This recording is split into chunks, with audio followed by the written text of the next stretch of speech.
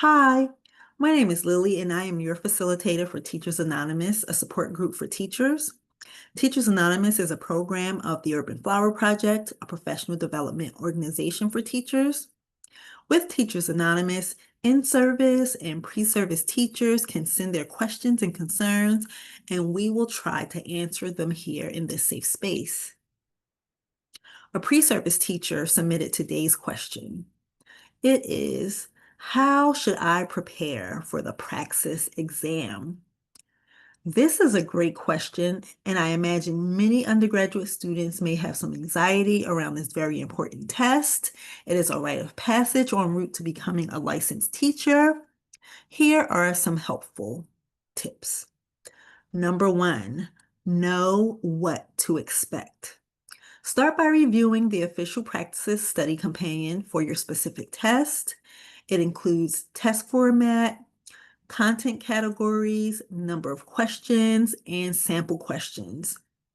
The study companion can often be downloaded for free on the ETS website. So when you register for the test, you'll be able to, it's only a couple of pages. If you want to splurge and purchase an actual study guide book, that's also worthwhile because it'll go a bit deeper than that free study companion. But either way, just by looking through the companion or the book, it kind of gives you an idea of what kind of questions you'll encounter on the test. So by knowing the structure, it helps to remove a lot of the anxiety because what really causes the anxiety is the not knowing, the surprises. Tip number two, make a study plan and stick to it. Break your study time into manageable chunks and don't cram, right? So if you know you're taking the test, then you want to be intentional with the time that you have before that test. Make sure you spend time, again, once you know what to expect on the test and you know that there are areas that you don't feel super strong in, then you might want to um, focus on the areas that you find the hardest, based on, any of the practice tests that you've taken, which actually segues into tip number three. Take the practice test, not the praxis test, the practice test in real conditions, meaning if you're going to take a practice test, then try to simulate the test environment. So, use a timer. Do not do open note, open book, because in the real test, you cannot use open book, open note. And you also want it to be a quiet space. So basically, you're practicing taking the test by, timing yourself, not using any notes, making sure the environment is quiet. And then, when you go back and you score your practice test, or depending on how you take that practice test, you'll see, the areas that you did well in, as well as the areas that you need to kind of tighten up in. Okay, so review not just what you got wrong, though, but try to figure out why you got that wrong, because that is where the real learning is going to happen. Once you figure out, what you're misunderstanding, where the gaps are in your knowledge of that particular content area, then you can brush up on it and be prepared for the test.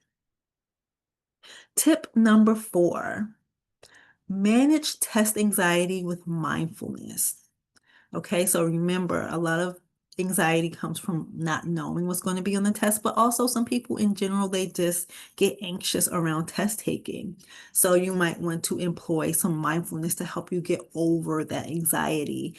Deep breathing, all right? Take deep breaths in and out. Count, take a deep breath in for a count of four, let it out for a count of four. You can also do some positive self-talk, talk yourself through it. Say, hey, you got this, you can do this.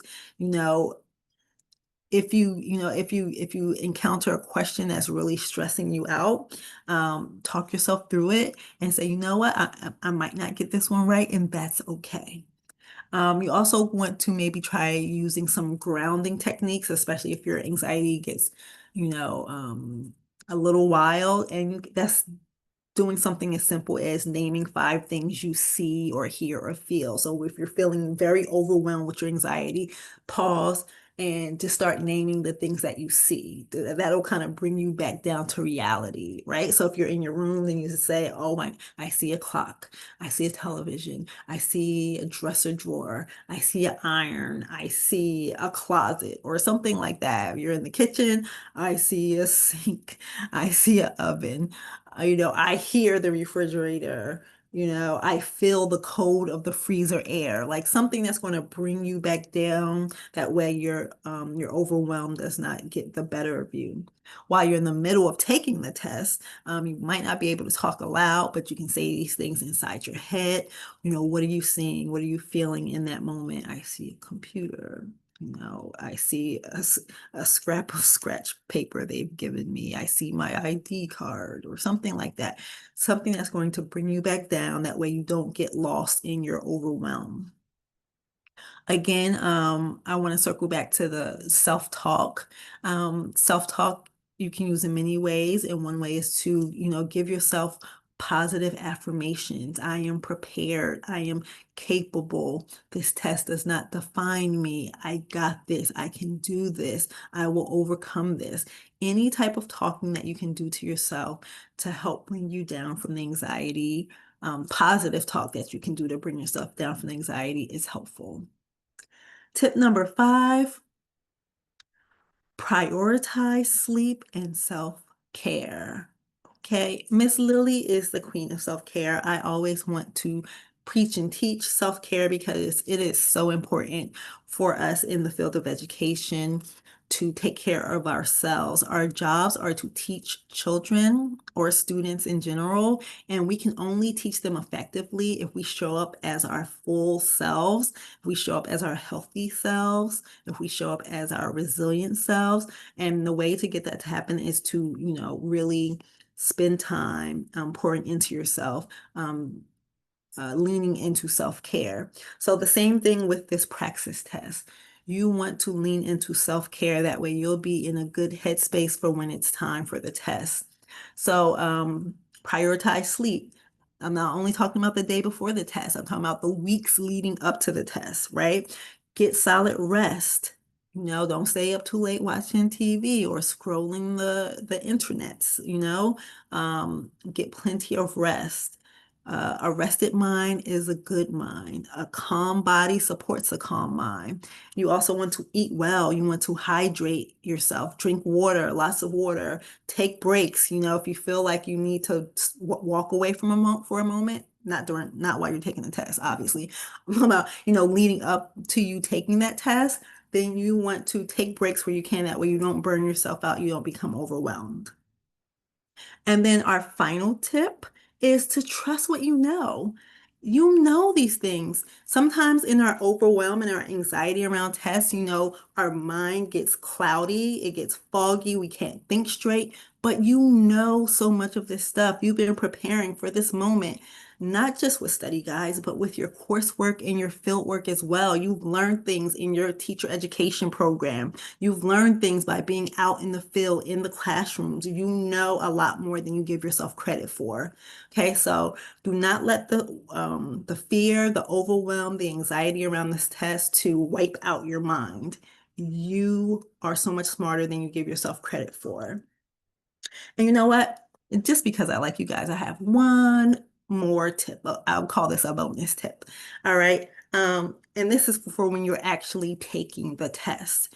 When you're taking the test, more often than not, it's going to be a computer-based test, and you're going to be allotted a certain amount of time to take the test. So when the questions start popping up, the questions that you feel the most confident about when they pop up, answer them. If you come to a question where you don't feel like the most confident, you feel like you need more time to ponder it, skip that question and then get back to it at the end.